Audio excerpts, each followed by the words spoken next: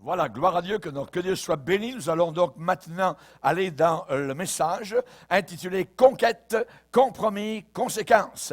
Tous des C, alors là, qui sont au début de ces trois mots, mais qui ont beaucoup de choses à nous dire. Si vous voulez bien, nous allons lire dans le livre des Juges dans l'Ancien Testament, donc, livre des Juges, Josué, Juge. Voilà, c'est après le livre de Josué et nous allons faire une lecture. Particulièrement, on va lire à partir au chapitre 2 et au verset 10. Juge, chapitre 2 et à partir du verset 10. Toute cette génération, la génération qui a vécu du temps de Josué, toute cette génération fut recueillie auprès de ses pères, ça veut dire est morte, sont allés donc dans l'éternité. Toute cette génération fut recueillie auprès de ses pères et il s'éleva après elle une autre génération et elle est décrite qui ne connaissait pas l'Éternel, ni ce qu'il avait fait en faveur d'Israël. Les enfants d'Israël firent alors ce qui déplaît à l'Éternel, et ils servirent les Baals. Ils abandonnèrent l'Éternel, le Dieu de leur père, qui les avait fait sortir du pays d'Égypte. Et ils allèrent après d'autres dieux, d'entre les dieux des peuples païens qui les entouraient. Ils se prosternèrent devant eux, et ils irritèrent, ça veut dire ils mirent en colère l'Éternel. Ils abandonnèrent l'Éternel et ils servirent Baal et les Astartés. La colère de l'Éternel s'enflamma contre Israël. Il les livra entre les mains de pillards qui les pillèrent. Il les vendit, les livra entre les mains de leurs ennemis d'alentour. Et ils ne purent plus résister à leurs ennemis. Seigneur, nous te demandons de bénir la réflexion de nos cœurs. Nous te demandons, Seigneur, que tu apposes ton sceau d'approbation sur la prédication de l'Évangile de gloire. L'Évangile est la puissance de Dieu. Et nous te demandons que cette puissance se répande dans nos cœurs, nos âmes et nos pensées. Nous te demandons de toucher tous ceux et celles qui entendent aujourd'hui par la puissance du Saint-Esprit. Nous le demandons. Amen et Amen. Et tout le peuple dit Amen. Gloire à Dieu. On peut s'asseoir, frères et sœurs. Alléluia. Conquête, compromis, et ensuite, conséquences. J'aimerais vous dire, en entrant dans ce message, qu'un pays entier peut perdre sa gloire, peut perdre son honneur. Une famille peut perdre aussi sa gloire et son honneur. Une église, un mouvement, une dénomination peut perdre totalement sa gloire et son honneur. Et vous, comme chrétiens, vous aussi, il y a possibilité de perdre votre gloire et votre privilège. Parfois, un chrétien qui est né de nouveau dans les feux du réveil, quand le Saint-Esprit l'a touché, eh bien, ce chrétien qui a eu vraiment ce regain de vie, cette lumière qui a jailli dans son cœur, eh bien, peut maintenant vivre seulement et uniquement sur la fumée de ce feu. La flamme n'est plus là. Il n'y a que de la fumée qui reste. Et peut-être que ce feu est éteint totalement actuellement. C'est arrivé à une église, à Éphèse, où le Seigneur va dire, tu vis dans la fumée, tu ne vis plus dans la flamme, tu as abandonné ton premier amour. Voyez, c'est bien beau d'être des combattants, mais il ne faut jamais devenir d'anciens combattants. Vous m'avez compris? Il faut être actuellement et aujourd'hui des combattants. Et nous le serons toujours pour, évidemment, demeurer dans la flamme du premier amour. Et le livre des Juges nous parle d'une situation. Israël a gagné, a vaincu, a conquis. Ils sont entrés dans la terre promise par bond et par saut, par miracle. Ils ont vu le Jourdain être bloqué et le Jourdain s'étaler avec une barrière invisible sur 3 kilomètres environ, ne plus pouvoir couler vers le bas. Et vers le bas, vers la mer Morte, tout était sec. Dieu avait là encore ouvert le chemin pour son peuple, comme il l'avait fait 40 ans plus tard, d'une autre manière, en ouvrant une mer entière, la mer Rouge. Dieu avait fait des miracles. Dieu leur avait donné des victoires merveilleuses. Et le livre des Juges nous parle d'Israël qui a conquis donc le pays de Canaan, puis ensuite a perdu sa gloire qui était la sienne, qui lui appartenait. Il n'était plus dans le feu de l'amour de Dieu, dans la flamme de la victoire. Mais cependant, l'histoire nous rappelle, selon le texte, eh bien, que Dieu a redonné la gloire à Israël. Que dans l'histoire du réveil, eh bien, après l'échec, il y a eu de nouveau une restauration. Et sous le leadership, la direction de Dieu, les Juifs, en sortant de l'Égypte, avaient laissé derrière eux l'esclavage, avaient laissé derrière eux leurs tourments, ils avaient abandonné leur douleur rongeante, ils avaient brisé d'une certaine manière leur chaîne d'esclavage et ils étaient sortis d'Égypte vers le pays où coulait le lait et le miel. Et Dieu lui-même leur a donné ce pays. Et dans le livre des Juges, ce qui est intéressant, c'est que dès le premier chapitre, nous lisons après la mort de Josué. Ça veut dire après la mort du leader qui les avait conduits vers la victoire. Après la mort de Josué, les enfants d'Israël consultèrent l'Éternel en disant « Qui de nous montera le premier contre les Cananéens pour les attaquer ?» Et le Seigneur répondit « Juda montera. Voici, je livre le pays entre vos mains. » Ce qui veut dire que du temps de Josué, la conquête avait été faite, mais elle n'était pas complétée totalement.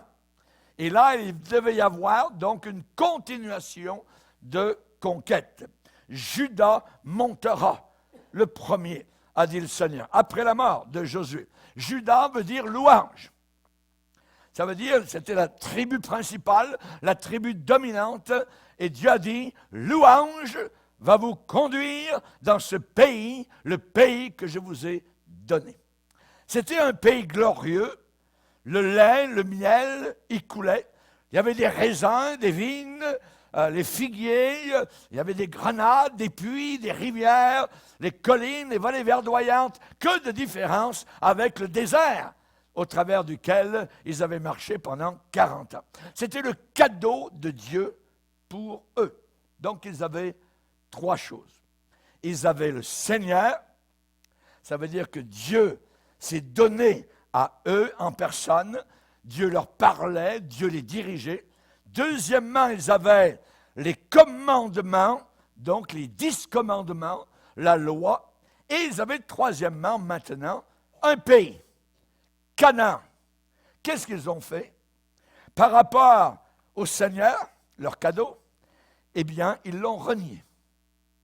Ensuite, deuxièmement, par rapport à la loi de Dieu, ils ont défié la loi du Seigneur. Et troisièmement, par rapport au pays que Dieu leur accordait, ils ont souillé, sali, profané le pays. Le parallèle est frappant entre ce qui est arrivé à Israël il y a longtemps et ce qui arrive aujourd'hui aux pays occidentaux, aujourd'hui à beaucoup de pays, à beaucoup de nations, que ce soit l'Angleterre, le Canada, les États-Unis, la Hollande, la Suisse ou d'autres pays, c'est exactement la même chose qui est en train de se passer. L'Europe, l'Amérique, l'Occident ont eu des commencements chrétiens. Nos pères fondateurs sur le sol nord-américain, que ce soit au Canada, aux États-Unis, ont eu un rêve. Ils ont rêvé en arrivant que la Bible serait à l'honneur, que là, dans ce nouveau pays, eh bien, ils pourraient servir le Seigneur librement. L'American Dream, Dieu avait placé cela dans le cœur des pères fondateurs. Dieu leur avait donné, premièrement, le Seigneur, leur a donné, deuxièmement, la loi, une loi, les 10 commandements, et troisièmement, un pays. Nous faisons exactement ce qu'Israël a fait il y a longtemps.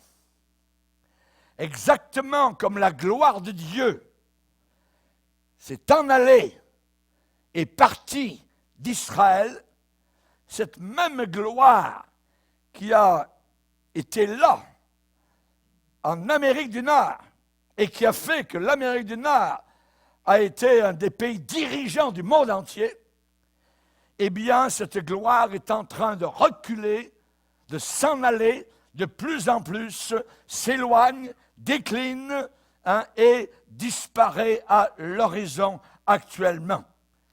Sur les murs du Parlement à Ottawa, il est inscrit un verset de la Bible. Il régnera d'une mer à l'autre. Les pères fondateurs du Canada ont pensé qu'il était bon de placer le pays sous l'autorité du Dieu Tout-Puissant. C'est un verset de la Bible. Il est là-bas, il est inscrit sur les pierres de notre Parlement. Que Dieu nous accorde un réveil spirituel et moral. Lorsque nous chantons au Canada, il y a une phrase où il est dit « Ton bras s'est porté la croix ». Il y a des gens aujourd'hui qui aimeraient enlever cette phrase-là. Ça les dégoûte. On a déjà enlevé la croix de notre Parlement à Québec.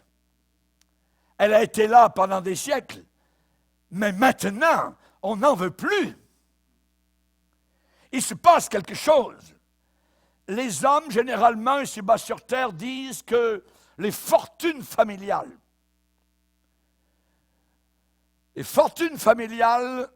passent par 3 étapes, 3 périodes, 3 stages.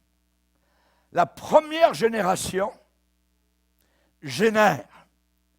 La première génération produit, travaille fort. C'est une génération pionnière.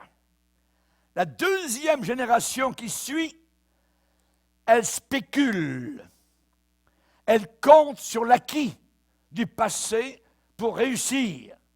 La deuxième génération pose des questions, interroge, met en doute, raisonne.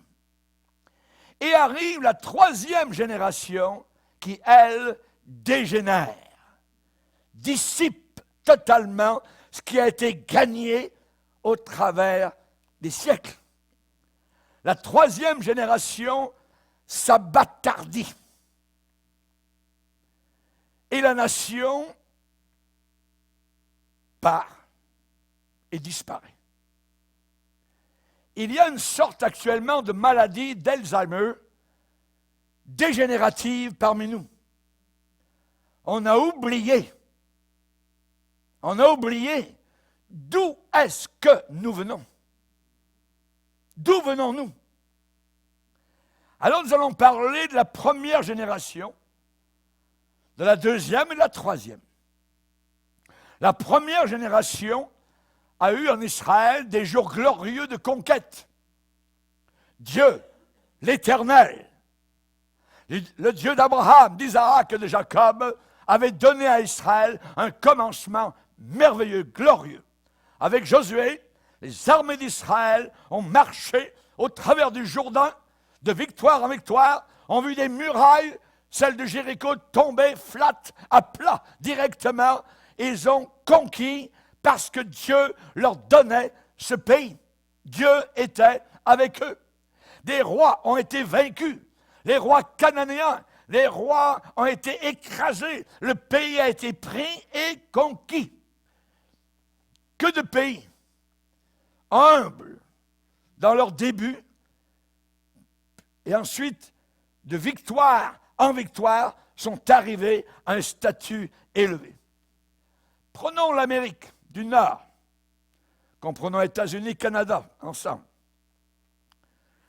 Patrick Henry, de Virginie, a fait un jour un discours merveilleux.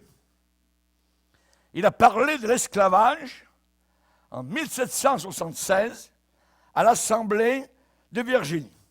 Écoutez ce qu'il dit. La vie est-elle tellement chère et précieuse qu'elle doit être achetée?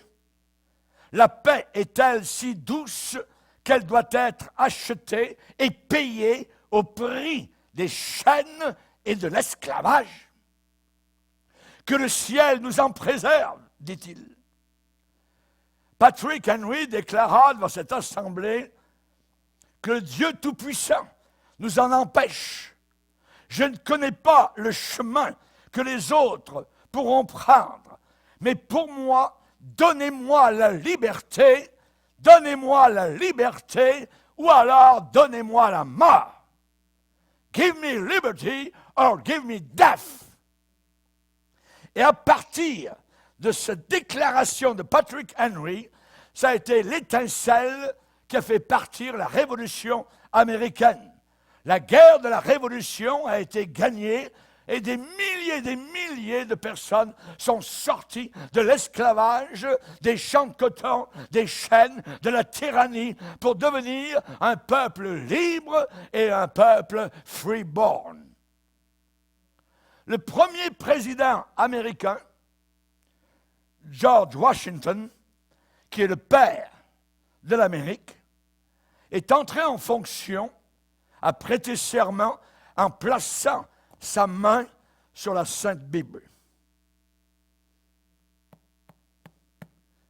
George Washington, premier président, quand il est entré en fonction, sous sa main, il y avait la Bible. Et il a prêté serment sur la Sainte Bible, et après qu'il eut prêté serment avec sa main sur la Sainte Bible, il l'a pris, il l'a élevé devant la foule immense et il l'a embrassé. George Washington. Le pape, lui, a pris un autre livre, le Coran, et il l'a embrassé. Abomination. Je me demande aujourd'hui ce que nos gouvernements, nos premiers ministres penseraient de cela. Un président qui prend la Bible devant le monde entier et qui l'embrasse. La Bible. George Washington a embrassé la Bible à son discours d'intronisation, d'inauguration. Et en passant, savez-vous la première chose qu'il a fait dans son premier acte officiel? Le premier président américain a pris avec lui tout le Congrès. Ça veut dire le Sénat et la Chambre des représentants pour les amener à l'Église. Pour entendre la parole de Dieu et adorer le Dieu d'Abraham, d'Isaac et de Jacob. Ça a été son premier acte. Alléluia!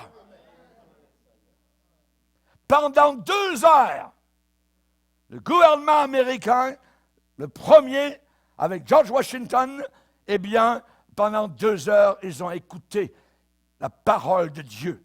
Ça a été le premier acte officiel du gouvernement américain. Puis ensuite, George Washington, dans son discours d'inauguration, a déclaré « Il serait particulièrement très malvenu, inconvenant, d'omettre dans ce premier acte officiel du gouvernement américain ma supplication fervente envers l'être tout-puissant qui règne sur l'univers, qui préside au Conseil des Nations et dont les secours providentiels peuvent secourir toute défection humaine. Alors, nous réclamons sa bénédiction, nous réclamons son amour sur notre pays. Alléluia. Il a ajouté en disant que cette bénédiction puisse être consacrée envers les libertés et le bonheur du peuple qui compose les États-Unis.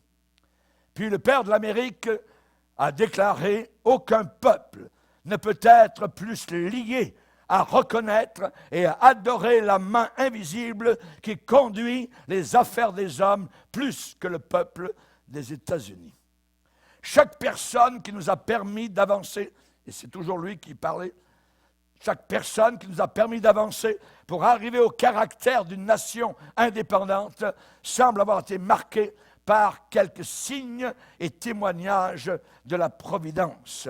C'est Dieu qui nous a amenés jusqu'ici. Et il a continué en terminant, « Vous ne pouvez pas vous empêcher de voir la main de Dieu en Amérique. » Jour glorieux. Des jours glorieux de conquête, première génération. C'était la première génération. Dans une fortune familiale, il y a le premier pas, la première étape. La première génération, rappelez-vous qu'ai-je dit? La première génération génère, elle produit, elle travaille fort. Ce sont des pionniers, ils reconnaissent la main de Dieu. Ils ont besoin de l'aide du Seigneur et ils demandent le secours du Tout-Puissant. Ensuite arrive la deuxième génération. Qu'ai-je dit? La deuxième génération spécule. Ce sont des jours de compromis graduels. Dans la parole de Dieu, Dieu a dit à la génération post-Josué, « Vous ne m'avez pas obéi à ma voix. Vous n'avez pas obéi à ma voix. Pourquoi avez-vous fait cela? » Deuxième génération. La deuxième génération compte sur l'acquis de la précédente. Dieu va dire, je vous avais tout donné. Je vous ai fait sortir du pays d'Égypte. J'ai marché avec vous pour vous donner la victoire. Je vous avais dit de ne faire aucune alliance avec les gens qui vivaient en Canaan. Vous m'avez désobéi. Et avec la voix, je dirais, d'un ton très grave et sévère, Dieu va répéter cela. Pourquoi avez-vous fait cela? Et je vais vous dire pourquoi ils ont fait ça. La Bible même répond à cette question. Juge 2, verset 7. Le peuple servit l'Éternel pendant toute la vie de Josué et pendant toute la vie des anciens qui survécurent à Josué et qui avaient vu toutes les grandes choses que l'Éternel avait faites en faveur d'Israël. La réponse est là. C'était des gens qui avaient vu. C'est la clé. Tant qu'ils virent Dieu à l'œuvre, ils servirent Dieu. Et il y a eu des grandes œuvres du temps, les jours de Josué et les jours des descendants de Josué. Et ensuite, il est dit que toute cette génération fut recueillie auprès de ses pères. C'est un euphémisme pour dire sont allés au ciel. Josué et les descendants sont morts. Ensuite arrive une autre génération, une nouvelle génération. Et il est dit dans Juge 2, verset 10, « Et il s'éleva après elle une autre génération qui ne connaissait pas l'Éternel, ni ce qu'il avait fait en faveur d'Israël. » La première génération génère, la deuxième génération spécule et met des doutes, interroge, fait des spéculations, raisonne, conteste. Aujourd'hui, nous avons une nouvelle génération d'Occidentaux. Ce n'est pas la génération d'avant qui a souffert, qui s'est battue, qui a saigné, qui est morte pour son pays, pour ses libertés, qui a cru dans la parole de Dieu. Non, non, non. Une nouvelle génération qui ne connaissait pas l'Éternel. Et il est dit en ce temps-là, chacun faisait ce qui lui semblait bon. Chacun faisait ce qui lui semblait bon, et il n'y avait pas de roi en Israël. Une génération qui spécule, ça veut dire qu'il met tout en doute. L'âge de la raison. Il n'y a pas de vérité absolue. C'est l'analyse.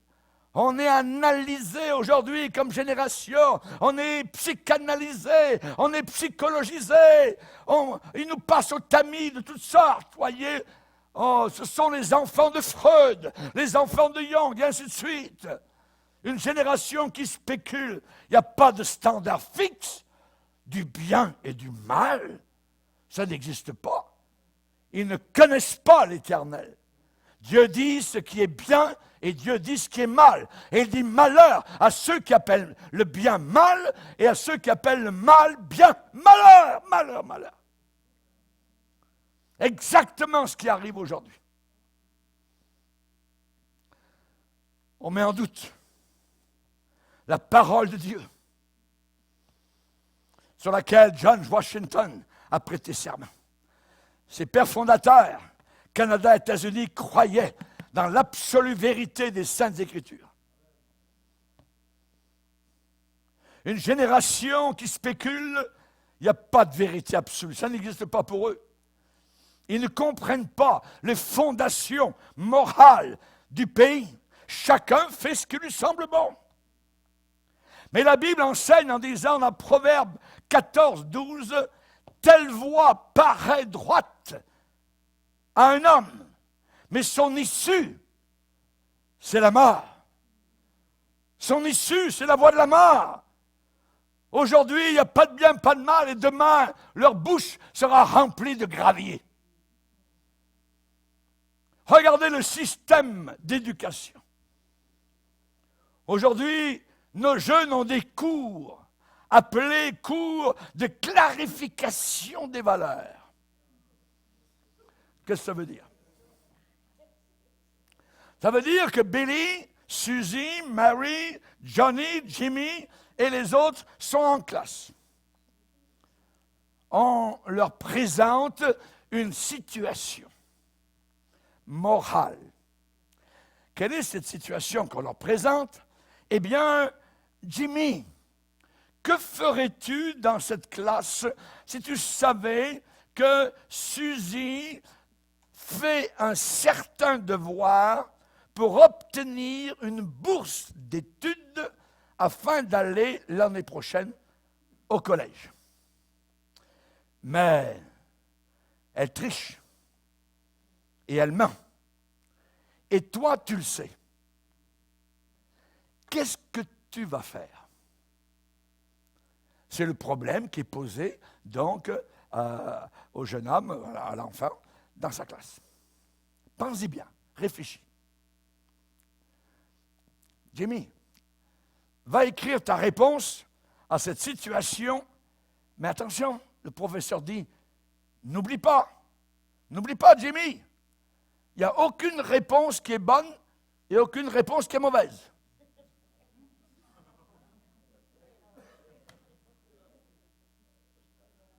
À toi de figurer la chose. Ça veut dire, fais ce qui est bon à tes propres yeux. Fais ce qui est bon à tes propres yeux. Vous dites, pasteur, est-ce que c'est ce qui est en train d'arriver? Eh bien, nous sommes passés. Ce n'est pas en train d'arriver, c'est déjà là. Nous sommes passés au travers d'une révolution en moins de 40 ans en Occident. Le mal est devenu bien et le bien est devenu mal. En 1960, l'organisation Gallup, l'organisation de sondage, disait que 65%, notez bien, 65% de tous les Nord-Américains croyaient que la Bible était littéralement la parole de Dieu. En 1960, 65% de la population nord-américaine croyait que c'était vraiment, totalement inspiré. C'est la parole de Dieu de Genèse à l'Apocalypse. 30 ans plus tard, en 1990, le même sondage, il n'y a plus 65%, il n'y a que 32% qui croient que la Bible est la parole de Dieu. La moitié moins. Et depuis les années 2000, le sondage, la compagnie George Barna déclare que 80% des Nord-Américains disent qu'il n'y a pas d'absolus moraux. La vérité pour toi peut ne pas être vérité pour moi. Ce qui est vrai pour moi peut ne pas être vérité pour toi. Oui, c'est exactement cela qui existe dans le monde. Et George Barna, dans leur compagnie de sondage, est allé frapper à la porte des chrétiens évangéliques. Ceux qui vont à l'église le dimanche matin. Savez-vous ce qu'ils ont découvert comme sondage? Ils ont découvert qu'en Amérique du Nord, 62%, ça veut dire plus de la moitié, de ceux qui vont à l'église, dans les églises qui croient la Bible, eh bien, plus de 62% de ceux qui ont été interviewés ont déclaré qu'il n'y a pas de vérité absolue. 2 fois. Il n'y a pas de vérité absolue. C'est 62% des supposés chrétiens. Chacun faisait ce qui lui semblait bon. C'est l'état d'âme des Israélites à cette époque. Savez-vous ce qui se passait? La Bible nous dit. Premièrement, ils avaient peur des Cananéens. Ils avaient peur. Israël avait peur des Cananéens. Dieu avait dit, je vais te juger parce que je t'ai déclaré de ne pas traiter alliance avec les Cananéens. Vous ne traiterez pas alliance avec les habitants de ce pays, avec les Cananéens. Et qu'est-ce qu'ils ont fait?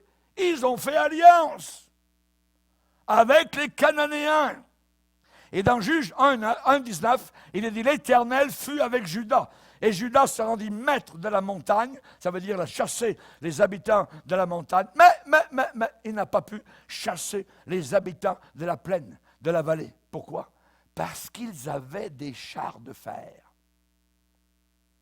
Parce qu'ils avaient des chars de fer. Dieu avait dit, je chasserai tous les habitants. J'ai livré le pays entre tes mains, tribu de Juda, tribu de louange. Ce n'est pas la faute de Dieu. Ce n'est pas l'échec de Dieu, c'est leur échec à eux. Ils ont dit à ces gens qui vivaient dans la vallée, les Cananéens, nous ne vous combattrons pas. Vous êtes trop forts pour nous. Vous avez des chars de fer. Ils ont eu peur des chars de fer. Au lieu de les combattre, comme Dieu avait dit, ils se sont accommodés avec eux. Ils ont dit quoi? Ils ont dit, nous ne serons pas capables de vous enlever, de vous faire partir d'ici, de vous chasser, de vous supprimer. On va faire quelque chose avec vous. On va faire une sorte d'alliance. On va faire un traité de paix avec vous. C'est comme faire un traité de paix avec Satan. Aujourd'hui, on respecte tout le monde. Il faut respecter les pourris, la saleté, les homosexuels. Il faut les respecter. L'autre jour, j'ai vu une pancarte, respectez votre voiture. Mais nous, dans l'Église, on va plus loin que ça. On respecte le diable. Je ne veux pas t'attaquer. J'ai trop peur de toi. Fait qu'on va être en paix. Laisse-moi tranquille, je te laisse tranquille. Hey! Ça, c'est la défaite. Ça, c'est le recul. Attention à ceux qui ont des chars de fer, avec lesquels on ne peut rien faire, supposément. Mais il me semble que nous marchons avec celui avec qui rien n'est impossible. Celui qui arrête le système solaire pour Josué, pour gagner une victoire, avoir un peu plus de clarté. Celui qui abat les murailles imprenables d'une forteresse, Jéricho. Quels sont les Cananéens que nous avons aujourd'hui et que nous craignons? La drogue. La drogue. Qu'est-ce qu'on dit aujourd'hui? On ne peut plus attaquer la drogue. Hey, on a perdu la guerre. On ne peut rien faire contre ça. On ne peut rien faire contre la culture de la drogue. Qu'est-ce qu'on va faire? On va la légaliser. On va la légaliser. Et nous avons un gars qui est très bon pour ça, oui. Oui. Qu'est-ce qu'on dit? On lâche. On lâche. Si on décriminalise la drogue, on va pouvoir la contrôler. On va décriminaliser la drogue. Qu'est-ce que ça veut dire? Je lève les mains. Je me rends. J'abandonne. Ils ont des chars de fer. Ça, c'est à peu près comme éteindre un feu avec de l'essence. Regardez l'orientation sexuelle. Qu'est-ce qu'on entend? Ah, l'orientation sexuelle des parents, mais on s'en fout. Qu'est-ce qu'ils veulent dire? Il veut dire l'orientation sexuelle des parents n'a rien à faire avec l'orientation sexuelle des enfants. Ce que nous voulons, c'est le point de vue sexuel de nos enfants. Ce qu'on entend est une stupidité totale, c'est une idiotie complète. Qu'est-ce qu'ils disent? Regardez comment l'idiotie s'en va. Beaucoup d'enfants naissent sans être désirés, mais on pense que si des couples gays ou lesbiennes arrivent au point de désirer, eux, des enfants pour les adopter, alors certainement qu'ils seront autant capables d'être de bons parents que des parents hétérosexuels qui choisissent d'adopter. Et certains vont dire, so what? Et alors? Hein? Ce qu'ils sont en train de dire, c'est qu'on a des problèmes et on ne peut rien y faire. On ne peut pas les vaincre, on ne peut pas les résoudre. Accommodons-nous avec ces problèmes.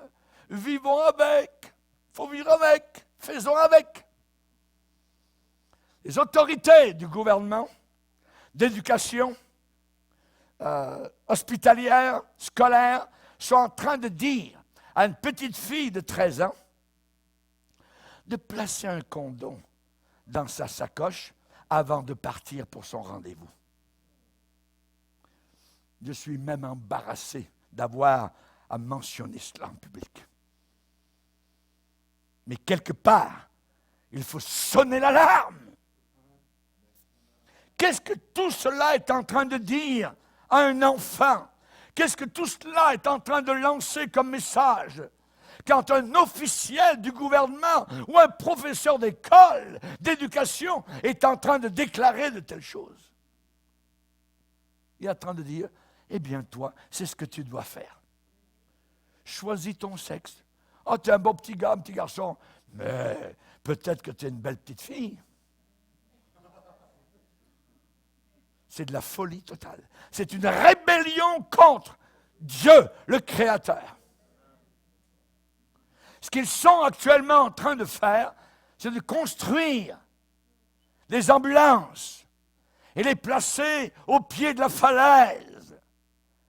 Mais ce que nous devrions faire, c'est construire des barrières au sommet de la falaise, en élevant le standard biblique pour les garçons et pour les filles. Et leur enseigner que nous avons des attentes bien plus élevées que cela. Tout cela est en train de dire, de lancer un message aux enfants, on a perdu la guerre. Mais maintenant, on essaye de s'accommoder raisonnablement avec ces Cananéens parce qu'ils ont des chars de fer. Vous connaissez les accommodements raisonnables? Ça n'existe pas. Des arrangements, des compromis, des concessions, s'adapter, s'habituer à se concilier. Les enfants sont dans la mire de Satan. Les enfants sont très importants. Qu'est-ce qu'ils doivent savoir? Ils doivent savoir que dans la vie, c'est un homme avec une seule femme. Ça, c'est le plan de Dieu. Un mariage monogame, jusqu'à ce que la mort les sépare. Personne n'est plus intelligent que le Dieu créateur. Personne ne peut dépasser Dieu, se croyant plus intelligent, plus rusé et savant que le Créateur, l'Éternel, qui a lancé les galaxies dans l'univers. Il devrait dire, au contraire, à une petite fille de 13 ans, quand tu vas te marier, tu devrais épouser un jeune homme vierge. Quand tu vas te marier, tu devrais être toi-même vierge. Nous avons des jeunes filles dans notre église qui se sont mariées vierges. Mon épouse s'est mariée vierge. On devrait dire, tu ne devrais pas épouser quelqu'un qui a passé tout autour comme une bouteille de coca dans un match de foot, de rugby. Joseph a dit à la femme du patron, non madame. L'apôtre Paul a dit à Timothée, fuis les passions de la jeunesse. Anne, cette prophétesse du Nouveau Testament qui attendait le Messie avec tellement d'impatience, qu'est-il dit à son sujet? Elle a eu un problème, pas très longtemps après qu'elle se soit mariée. Il est dit que Anne était fort avancée en âge. Elle avait vécu seulement 7 ans avec son mari, pas son chum, avec son mari. Et depuis quand? Depuis sa virginité. Depuis sa virginité.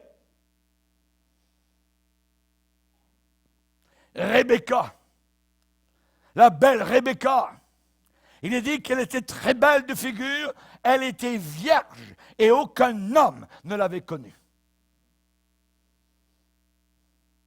Où sont les gens qui parlent comme cela aujourd'hui? Tu dois être pur, tu dois être propre, jeune homme, jeune fille. Il s'éleva une autre génération qui ne connaissait pas l'Éternel. Des gens qui faisaient ce qui leur semblait bon. Les fils d'Élie, par exemple, sacrificateurs, couchaient avec les filles de l'assemblée de l'Église. Le père ne disait pas grand-chose, il ne prêchait jamais contre le péché du haut du pupitre.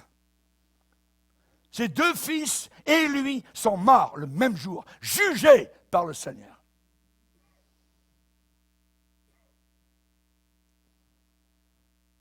Quand on dit à nos jeunes, ces moyens, condoms, ces moyens contre les maladies prophylactiques vont te protéger, vont te garder en sécurité, hors de danger. Ce n'est pas très long avant que quelqu'un amène ceux qui leur ont donné ces conseils à l'école, en cours de justice. Monsieur le professeur, vous nous avez dit que je serais en sécurité. Ce n'était pas sécure. Les condoms, on vous laissait tomber. Les condoms ne sont pas la solution. La solution, c'est la repentance devant le Dieu trinitaire que nous avons offensé.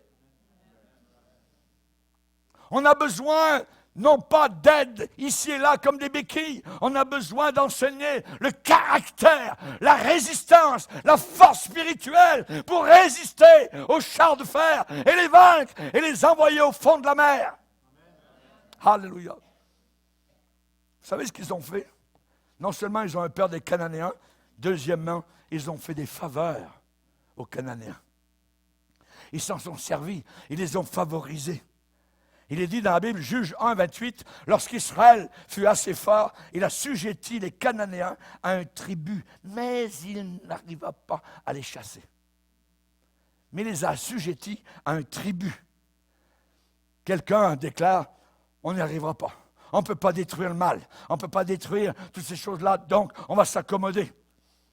Et il y en a d'autres qui ont dit, vis-à-vis des Cananéens, puisqu'on ne peut pas les détruire, on va leur demander des taxes. On va s'en servir. Qu'ils soient nos serviteurs. Un tribut, tributaire. Ça veut dire un travail d'esclave. Nous, on ne peut pas aller au champ. On va faire venir les Latinos, on va faire venir les Roumains, on va faire venir les Africains, ils vont travailler dans nos champs. C'est ce qu'on dit aujourd'hui. Notre génération ne veut pas travailler. Ils ne connaissent pas la sueur. Tout ce qu'ils peuvent faire, c'est une petite marche. Ils sortent de leur fauteuil, comme un vieillard, et ils vont à la boîte à mal, et là, retirer le chèque du gouvernement. Ils ne travaillent pas, ne veulent pas travailler.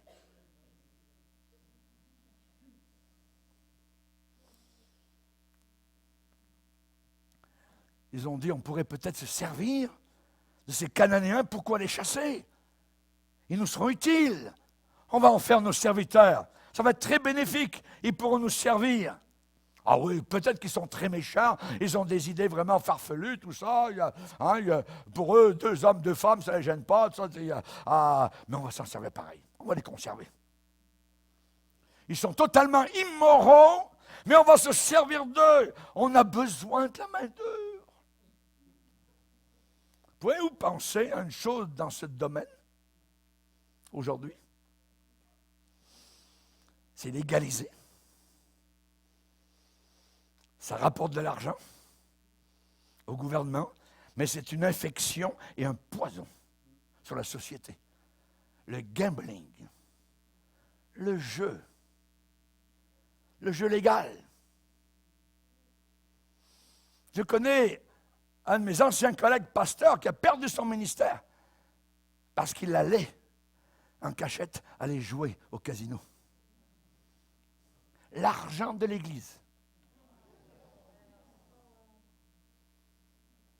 C'est terrible. Miser sur les courses de chevaux, Chantilly en France, Monte-Carlo, Atlantic City.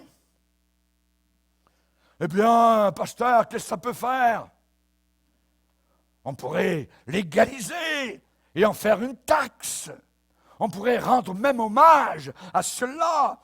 Pensez à tout ce qu'on pourrait en retirer comme bénéfice d'argent, de taxes supplémentaires. À partir du jeu légalisé. Mettons des casinos partout. Si on ne fait pas ça, on pourrait perdre beaucoup d'argent. J'ai prêché dans la région de Monte-Carlo. Il y avait un chrétien qui était un ancien croupier. C'est-à-dire, c'est celui qui s'occupe de la roue, tout ça, fait tourner. Et il dit, j'ai vu, pasteur, des champs inimaginables. Des gens capables de miser leur peau, leur chemise, leur famille, leur maison. Et il dit, pasteur, j'ai même vu des gens qui ne prenaient même pas le temps d'aller aux toilettes, qui faisaient leurs besoins directement sur place, pour ne pas manquer la prochaine mise. Un lien diabolique dans le gambling, le jeu d'argent. Il y a toute une différence entre les jeux de casino et les business régulières. La formule, la business régulière, c'est gagnant-gagnant. Gagnant-gagnant, win-win, qu'est-ce que ça veut dire? Ça veut dire, je fabrique un produit et je te le vends. Je fais un bénéfice sur ce que je te vends, un profit. Mais tu obtiens mon produit. Je gagne et tu gagnes. Mais la formule du jeu, du gambling, c'est gagnant-perdant. Tout est basé là-dessus. Dans le gambling, la personne ne peut pas gagner à moins que quelqu'un d'autre ne perde. Et les journaux félicitent, encensent, tout un battage. Une seule personne vient de gagner 10 millions. Pourquoi n'encensent-ils pas les millions d'autres personnes qui ont tout perdu? C'est tellement stupide.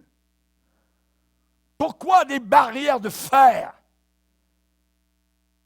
Des barrières de fer aux fenêtres des hôtels de Monaco, de Las Vegas, d'Atlantic City. Parce que quand il n'y a pas de barrière de fer aux fenêtres, les gens sautent et se suicident. Voilà ce que le jeu, le gambling est capable de faire.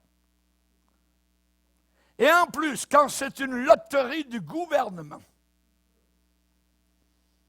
le gouvernement va booster la loterie parce que c'est le gouvernement qui récupère les profits, donc encourageant les citoyens à participer au jeu de gambling. Vous avez déjà vu des chers messieurs sur les rues de nos grandes villes qu'on appelle des souteneurs. Ils ont une dizaine de filles, une vingtaine pour certains, et ils les font travailler. Et les battent pour ramener l'argent. L'argent de la prostitution. Que fait un souteneur? Un souteneur, il se tient sur le coin de la rue et il encourage quelqu'un à aller fréquenter une prostituée. Et c'est lui qui ramasse les profits du vice et de la perversion. Cette femme est une pervertie et cette femme est une travailleuse. Vous voyez comment notre génération a dégénéré? Elle travaille. Il faut la respecter.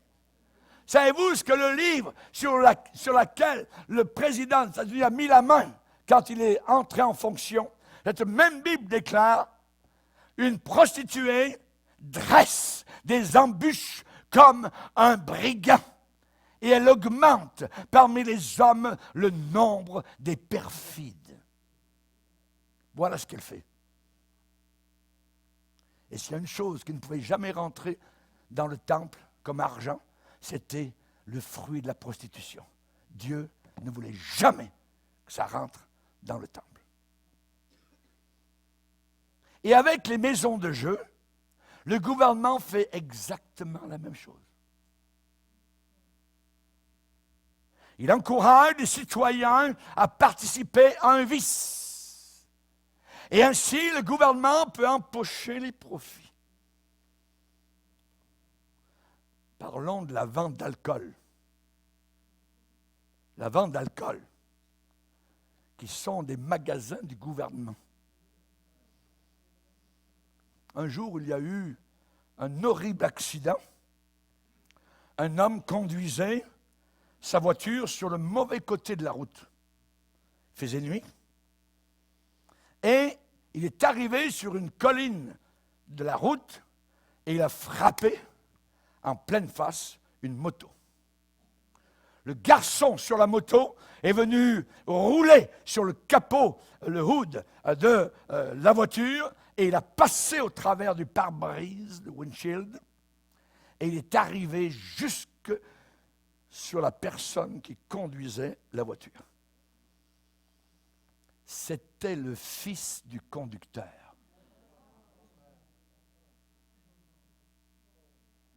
Son propre fils, qu'il a frappé de plein fouet, et il l'a reçu ensanglanté dans ses bras. Ils ont arrêté le père, ivresse au volant, et il a fait de la prison. Certains disent, mais par l'alcool, on peut avoir certaines ressources. Par le jeu, on peut avoir certains profits. J'ai pitié de ces gens-là. J'ai pitié de ces gens-là. Ils sont arrivés à une si grande bassesse qu'ils font de la misère humaine un trafic pour un gain d'argent. l'opération Nez Rouge est une stupidité totale. Du début à la fin de la saison. Nous pensons que de faire de quelque manière ces choses-là, ça va garder ces Cananéens, je dirais, et les faire travailler pour un tribut, les assujettir. Il a dit, mais Israël ne les chassa pas. 8 fois, nous lisons cela au début. Mais Israël ne les chassa pas. Mais Israël ne les chassa pas. On a peur de certains Cananéens, on a peur de certains chariots de fer, on les laisse libres, on les laisse faire, on renonce à se battre, à les chasser, à les combattre. Certains Cananéens à qui on peut même faire des faveurs. On n'a pas besoin de les éliminer, pas besoin de les chasser. On va les utiliser pour faire du profit. On va les faire travailler pour nous à partir de vices, d'alcool, de drogue, et ainsi de suite. Et on va transformer ça en vertu. Transforme le vice en vertu. Malheur à ceux qui appellent le mal bien, malheur à ceux qui appellent le bien mal. Baissons nos têtes et prions.